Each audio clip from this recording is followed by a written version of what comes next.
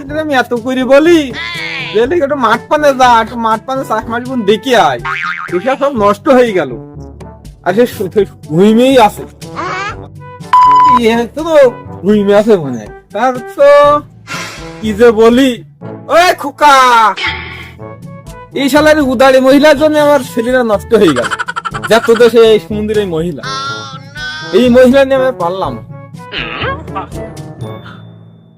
এই বুড়োর বাড়তে বাড়ি সেই শুরু হইল, এইবার সারাদিন ছেলেটার পেছন লাগ। এই সেটা দেখিস তো,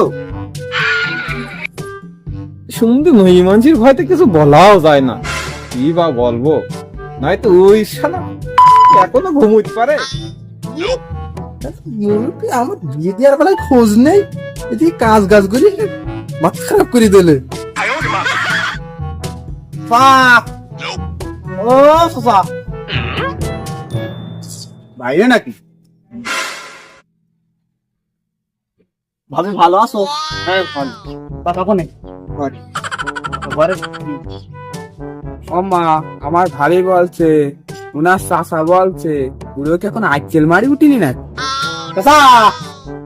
ও সোসা বাইরে আসো নাকি? এটা আবার আসলে, এটা গো বাপু, চল ঘটক গো।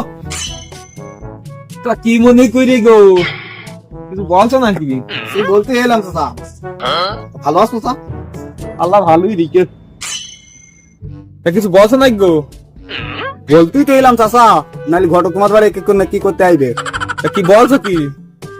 আমার ছেলের বিয়ের কথা বলতে এসি গো।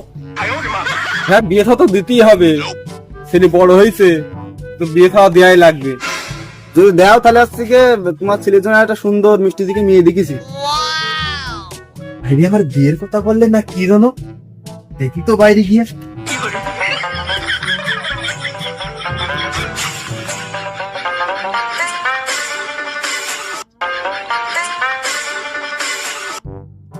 আজ তো বাবু আর বিয়ে থাওয়া দেওয়া যাচ্ছে না, আমার ছেলে ডায়াবেটিস আছে, আর মিষ্টি মিষ্টি বিয়ে দেওয়া যাবে না। আমি পারি না, আর পারি না।